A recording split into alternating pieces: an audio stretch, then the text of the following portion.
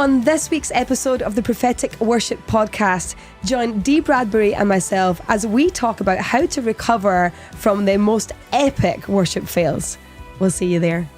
Hello and welcome to the Prophetic Worship Podcast. I'm Ali McFarlane and today I am joined again by one of our favourites. Her name is Dee Bradbery. Hi guys. You got your whole name this time? I did. I got my full name. Yes. Oof. We've had the conversation too many times about your names, so we'll bypass it, Deirdre. Yep. But how are you today? I'm really well, thank you. How are you doing? I'm good. Roz just made me a lovely fresh cup of tea, which was very kind of her. Yep. I've been living on tea for a whole 2 days. Yes, and as you take a sip of that tea, I just want to have a little playful joke about the amount of sugar that goes into your into your cups of tea. I don't know. I mean, it's just 2 scoops, really, when you think about it. Listen, okay, let me just say this: we're at Emma Stark's, right? And they are the posh people who have like a little bowl of sugar sat out, right? Yeah. And it's got not even a proper spoon in it. It's got like this tiny little... It does have a tiny little porcelain, like spoony thing. It's decorative more than practical. Okay. And then like, just remember, a teaspoon was designed for a teacup, which is probably about this. Okay, guys? like a quarter of it. A quarter of it. A third. We'll go with a third. We'll be generous. So technically, this is 3 whole cups of tea. I'm holding... just listening, she's holding a giant cup in her hand. It is a massive mug. Roz, this is perfect. So, yes. So basically, it's 3 whole cups of tea, which actually, since I've only got 4 sugars in it, it's no problem. I should have 6. I mean, I did say everyone that you only had 2. So you just outed yourself. But yes, no, it was quite entertaining watching you scoop it in, because as you're scooping, it was also pouring in as well. I was just holding the whole thing. It was a general idea of sugar. It was great. Yeah. So thank you for that amusement. You're welcome. I didn't mean to throw you under the bus. It's okay. Since I'm losing weight, I think it's fine. If I was gaining it, then it would give everyone a reason to pester me. But we're good, guys. It's the only sugar I'm going to have today. All is well. Well, you need it on studio filming days. You do. It's sugar and caffeine, man. It gets you through. I have this weird eye drip, which honestly is the most hilarious thing ever, because this eye, when I'm tired, starts to twitch and shut. So I said to Dee when we were sitting here, I was like, oh, it's the end of the day. I was like, this eye is on its way out for a nap. Which it is. And I just need to get a little Botox for this. We're doing good. Great. So I'll do the rest of the interview like this. Just holding your eyebrow. Yeah. I'll hold my eyebrow for the whole podcast. Anyway. Okay. Sorry. Ridiculousness a bit silly, over. It's kind of a ridiculous podcast today, though. Well, that is true, actually. It is on point for what we were hoping to talk about. We're probably going to laugh a lot. Yeah. Because today we're going to talk about how to recover from worship fails. Worship fails. Which, of course, we have to talk about. Number 1, our favourite worship fails of other people. Number 2, our own personal worship fails. I mean, and having been on team for so long, like the fails, they start to add up. There's more and more experiences, each week. And even still, like, you hope that you maybe graduate the deep fear of maybe the nightmare escape is like my anxious dreams, or when I'm trying to do music of some kind and everything's going wrong. And then when it happens in real life, you're like, oh. But yeah. Well, on Sunday when you were off sick, I played drums. Did you actually? Did you watch it? No, I haven't seen it. All right. So what happened was I had come off the plane. I wasn't planning to be on the platform at all. I was wearing a pair of leggings and a jumper that if I pulled it long enough, it would come down to cover my hips and the other portion of my body that's attached to them. And I honestly did that. And then I just thought, okay, I'm going to sit on a cajon. Like, I can't do that with this outfit. So what I did was I got the tom and I sat the tom right in front of me so that there was no, you couldn't see anything. And I was beating away behind the tom. Then I, at one point, thought, I need to hit this tom. So I got up, stood up with the drumsticks to the side, and then we started doing something. I started hitting it. Well, did I not start, me and Emma, killing ourselves laughing? Right. So do you know the belly laughing that you're doing and you're crying at the same time? Like that. But like, like when you're young and that happens when you're running and your legs stop working. like that was happening to my arms. And all I could think was, no, don't miss a beat. Don't miss a beat. So I'm there like in pain, trying to get my limbs to do the thing that they're supposed to do, while not even able to cover my face laughing because I'm just like this. Like that. Well, I'm going to have to go back and watch that because that sounds awesome. Because that's hilarious. And then I was like, and I got this like annoyed at myself for laughing. And then I just went like this. Sorry, that is not good. I forgot that people are only listening and they can't see me. And I'm making pig noises into the microphone. Okay, I was doing boom, boom, boom, boom, right? And then Emma's like, that's anointed, you're on it. And so then we were in even more of a hilarious place because suddenly I was drumming anointedly. And anyway, that's just a wee bonus story for you right there. Yeah. But you should have been there because... Well, maybe it's best that I wasn't because otherwise we wouldn't have seen that. That's true. That's true. Tell me, what is your favourite worship fail that you've ever seen on the internet? I mean, there's a lot. And I get sent... Like people send me worship fails, as obviously a common interest is worship and also music related things. And then, you see people have these unfortunate moments on stage. Oh, it's brilliant. I think there's a few that come into mind, some more accidental and others I think maybe a bit more intentional that just didn't get pulled off very well on stage. But there's one, and it's probably quite well known. There's a drummer in a drum cage with a giant wooden cross behind the cage. And in the middle of the set, this giant wooden cross crashes forward right on top of the unsuspecting drummer who can't see it because he's in front of it and it's behind him and it comes walloping down. And the whole drum kit just gets annihilated. Yes. And obviously he can't go on. Just that. Like as well, is that the one where the band just continue? They just keep playing. That's really what the funny part is. It's the fact that the band has thought we must go on. This show must go on. This guy might need medical attention. I mean, the whole cross. I wouldn't be able to. I'd be rolling about the floor crying with laughter. Like I'm not good for that. Yeah. My favourites are. I've got two. One is the Sean Foyt clip where he accidentally says something. Can I play it for you? Because it's actually hysterical. Right, here we go. So it's kind of like a long introduction, but you can hear how anointed he's being. So he's singing away, having a great time. Bless him. He posted this, by the way.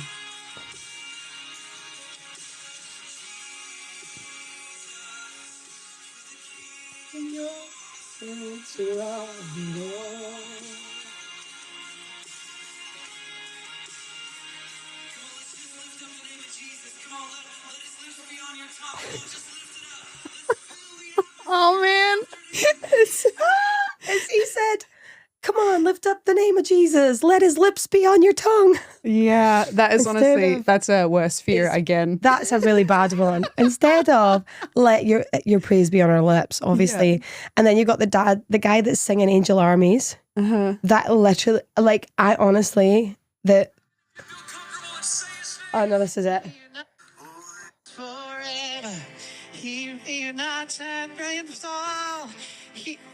The arms of angels, they're standing side. I wanted him to sing Standing Tall because I thought that's genius because realistically that rhymes with whatever he just sang. But that really is something that I do all the time, isn't it? I was going to say, when the confidence monitors go down on the iPad, like you don't have the lyrics on the iPad, it's again, so common. When we were in conference, it must have been January conference, and we were singing Glorious Day, I think. Okay. Out of the darkness into your glorious day. And then the bridge is, I needed rescued, my sin was worthy. Chains break at the weight of your glory. No, orphan. Who knows, right? There's so many lyrics in this bridge. And usually, right, what happens is there are screens behind us. And if I don't have a lyric in front of me, I turn around and look at the screen. What the congregation is reading off of. The projector screen. Mm-hmm. What's the word for it? I feel like that's an old school word. Yeah, it's a TV or it's a projector. Whatever that thing is. The white thing that has the words on it, guys. So it's usually behind us. But for some reason, the setup at conference had been that the screens were in front of us to the left and the right. Yes. And there was nowhere to look. And so I honestly had the biggest worship fail, and then I had the most failed recovery from a worship fail because I didn't know what the lyrics were. So I went, and then I turned around to look at the lyrics and they weren't there. And I just went, where are the lyrics? Like straight into the microphone.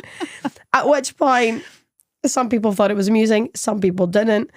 I then thought to myself, oh, Ali, you plonker, why have you done that into the microphone? Where are the lyrics? Instead of just letting everyone else sing it, because probably I could have just acted like it was a vocal break. Yeah, let the crowd sing. You know? Yeah. So I just went, oh, let's do that one again. And then I managed at that point to pull it up on my iPad. Mm-hmm. So then I had the lyric and I managed to continue. But honestly, I thought to myself, that was very close to an absolute full-blown disaster where you have to stop the service, regather everyone, and then try to continue on. But I felt it for that guy because same. But that's probably what we want to talk about in this podcast is worship fails.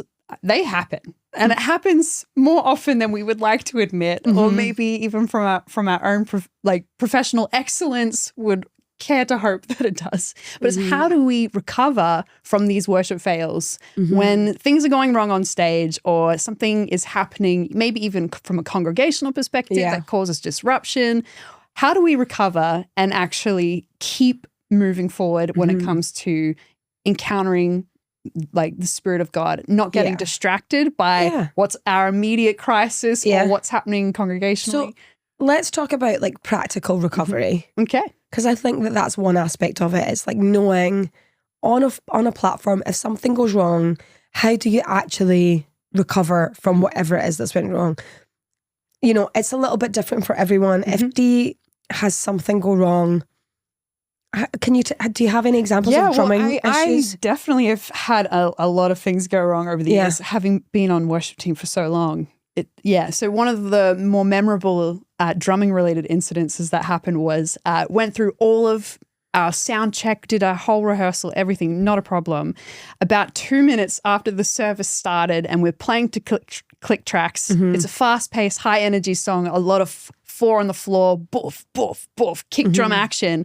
My kick beater, like the pedal, it fell apart. And I was left without the use of that part of the drum kit, which is very instrumental. It's a big part. Yeah. And so then I'm like trying to figure out, first of all, what is going wrong? Why is this not working? Why is my foot not working the way it needs to work?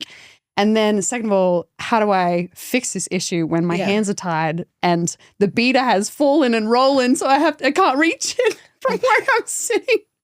Anyway, it was a whole debacle. So I'm covering by trying to play on the floor tom and playing the kick beat on the floor. It was mental. And so my head is now, I've completely disengaged from what's happening in the room. I'm just so hyper aware, get through the song. I'll have to figure out how to fix this problem. And even bringing I didn't even have my drum key to fix it. It was just a mess. It was a whole mess. So you're playing a floor tom as a bass drum in the middle of all this. Yes. So to be honest, there is some level of skill or like some kind of like creative ability to be able to just continue on that's needed and then try to fix the problem. Yeah. I can't really think of anything that went seriously wrong when I was playing an instrument because apart from like breaking a string on a guitar, like that, I mean, that's a pretty common one. But I suppose it's enough to throw you out of your rhythm and enough to throw you out of what you were expecting might happen. And sometimes we get stuck in our head then. So it's like, well, how do we break outside of that? Or how do we begin to, laugh it off or shake it off so that we can actually keep moving forward in the service and not let it interrupt what God wants to do? I do think that if it's like something that you can just keep moving forward with, just keep moving forward. So like I know like if I've broken a guitar string, I'll mute the guitar and then I'll go to like a rhythmic and then in the middle of that somewhere I'm pulling the guitar string so that it's out of my way. I'm kind of checking, are we still in tune? If we're not still in tune, then I'm almost letting it ring out so that we're not continuing to play the guitar. And then as we are singing a cappella and then muting my guitar up and then I'm retuning the strings that are still available. And then I'm just continuing to play without a string. Quite honestly, just getting on with it. There was once that I burst a drum skin when I used to drum back in the day. Wow. I think it was old. I'd like to just say I was so passionately whacking it that it just like burst, but I think it needed changed. And again, then you're just kind of in this place of, it was a tom. Like I'm now not using that tom. Like, you know, like those kinds of things are really easy to move forward from. I think as a front man and a vocalist, when things go wrong, it's slightly harder because people already have their eyes on you. And so my biggest giveaway, honestly, is my face. So even if I sing a bum note, I'll go, you know? Yeah. And a lot of times people have said to me, Ali, you need to work on that because it's distracting. Like we didn't even notice the bum note, but we noticed your face. And I'm like, okay, I try, but my face does say 1,000 words, you know? Yeah. So I've had to try over the years to kind of work on that as a point of like, it really doesn't matter if you sing a bum note. No one really notices unless it's like catastrophic, you know, like you've started in the wrong key or... I mean, and the beautiful thing about live performance is that note moves away from you very quickly as you keep moving through the worship set. Exactly. So kind of keeping moving with that stuff. There are a few times that I've had some really hilarious hiccups. I remember one time I was like in this spontaneous moment and I was adding things in between these lines that we were singing, and I was singing like, I can't even remember what the context, but we were at a Raising Prophets event. And then I decided to sing something. It was like a risk to sing it. And you know, sometimes you don't know if it fits until you try. Yeah. And it just didn't fit in the space. Yeah. And then I was like, I don't know what I sang, but the way that it came out of me, it was hilarious. Well, the whole room, I laughed, and then the whole room just went up in laughter. Yeah. And then we were like laughing till we cried, like to the point. And then I just had to say, listen, sometimes Jesus just likes to give us a moment of joy or whatever, like here, like let's refocus, you know, and then just speak into a journey rather than try to continue to just pretend like it didn't happen, like address it and say that's hilarious, like Jesus is so hilarious. Whatever you can do to kind of regather. I think it's not negating your responsibility as a leader when you're in that space and understanding like I might be embarrassed, this might be the worst thing that I've ever done, but it doesn't mean that I can just bow out of my leadership. I have to just be able to pick myself up and say that is so funny, we'll talk about that for years. And then on we go and regather our people, recenter them, and try to continue to move forward as the Holy Spirit is laid down. Yeah, and because I guess like through different experiences and even being more of a congregation member watching something unfold on stage, it's also like when things are not going well, it's easy to feel awkward on behalf of what's happening for somebody else as well when you're aware of it. Hence like people kind of calling you out about your facial expressions and like they're like, oh, that made me feel awkward because now I'm aware something awkward has happened. And then again, it depending on, I guess, the size of the worship fail, it can actually throw the congregation off entirely and, you know, create distraction where it's not meant to be. We're trying to, you know, bring everyone in and focus them on Jesus. And then now they're so aware of what's going wrong in the room, they can't lock in.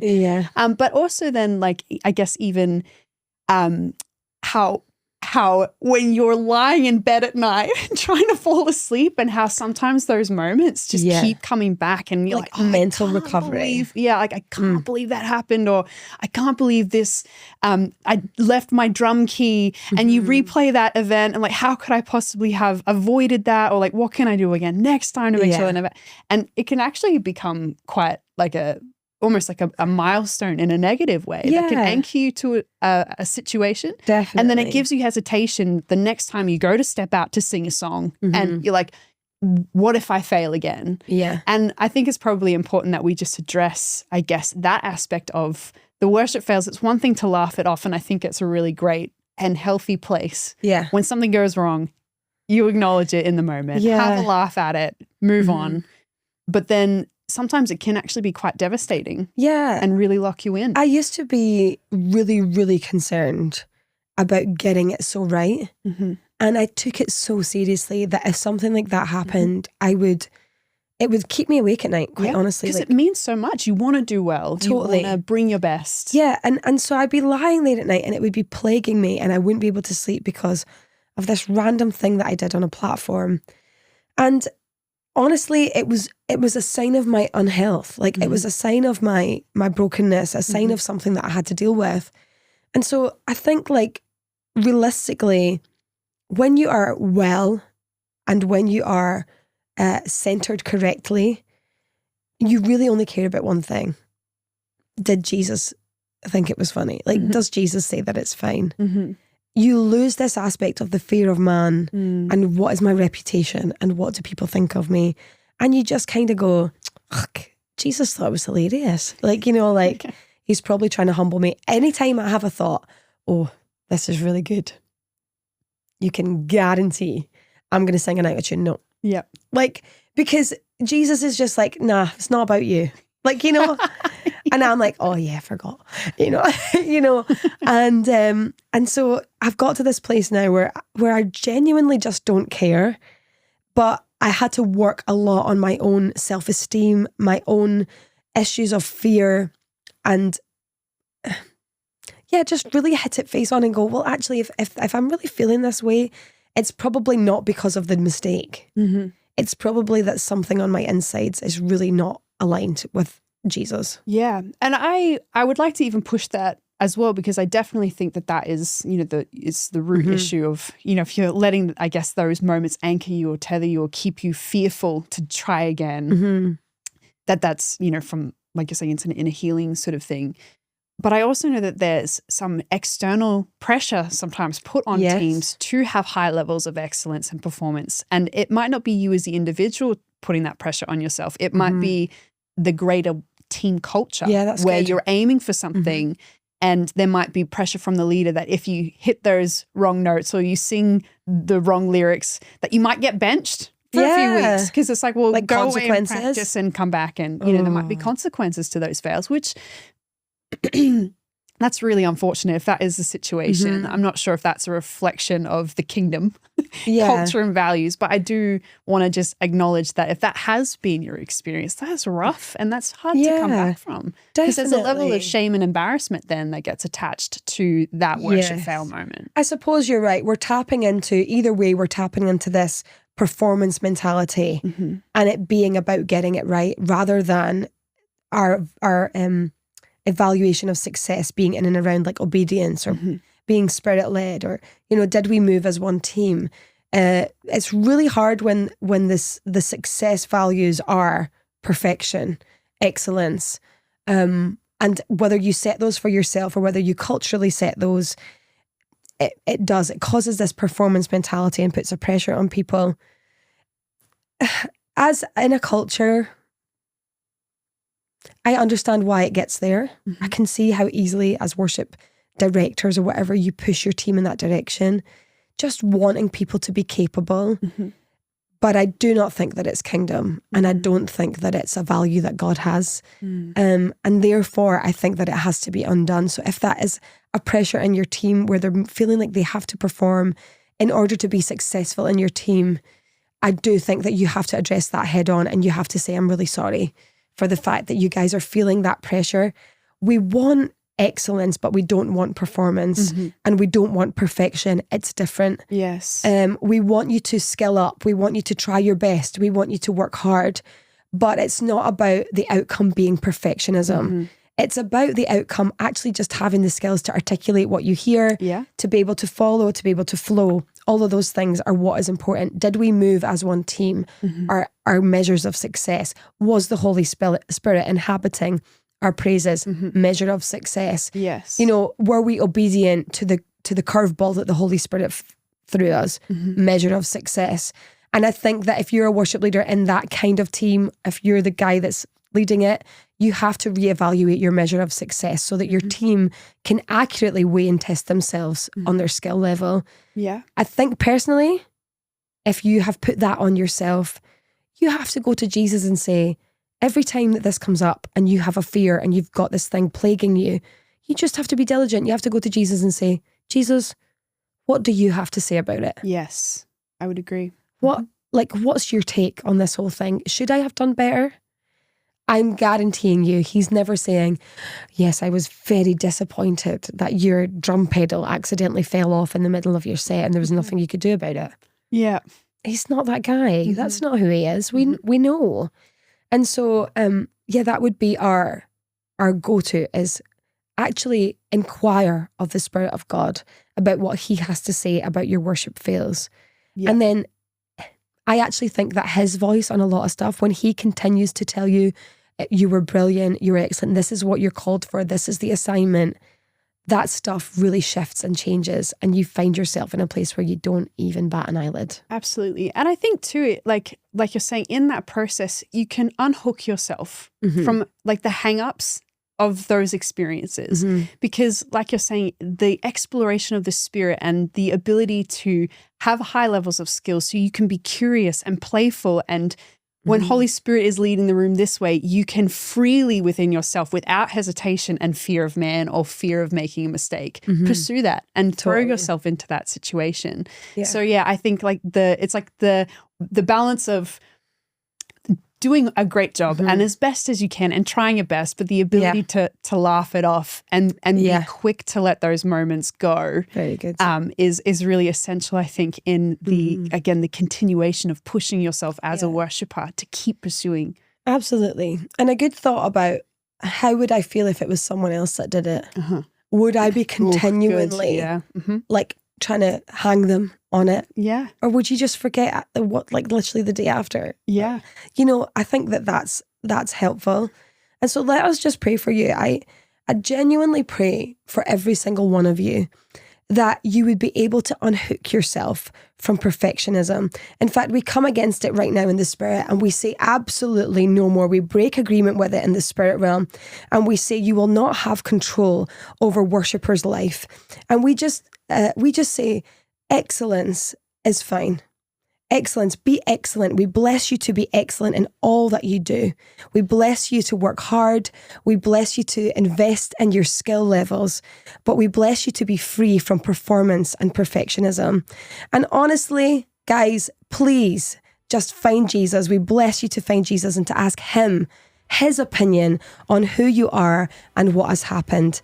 Thank you so much for joining us on the Prophetic Worship Podcast. We love you guys, and we will see you on the next episode. Thank you for listening to the Prophetic Worship Podcast. If you want to keep up to date with everything that is happening with us here at GPA Worship, please go and follow us on social media, on Instagram or on Facebook at GPA Worship or Ali McFarlane Music. Additionally, we would love it if you would go and stream our music. You can find us on Spotify, Apple or Amazon, again under GPA Worship. Please like, share and follow everything that we are doing. And with that being said, we will see you on the next episode of the Prophetic Worship Podcast.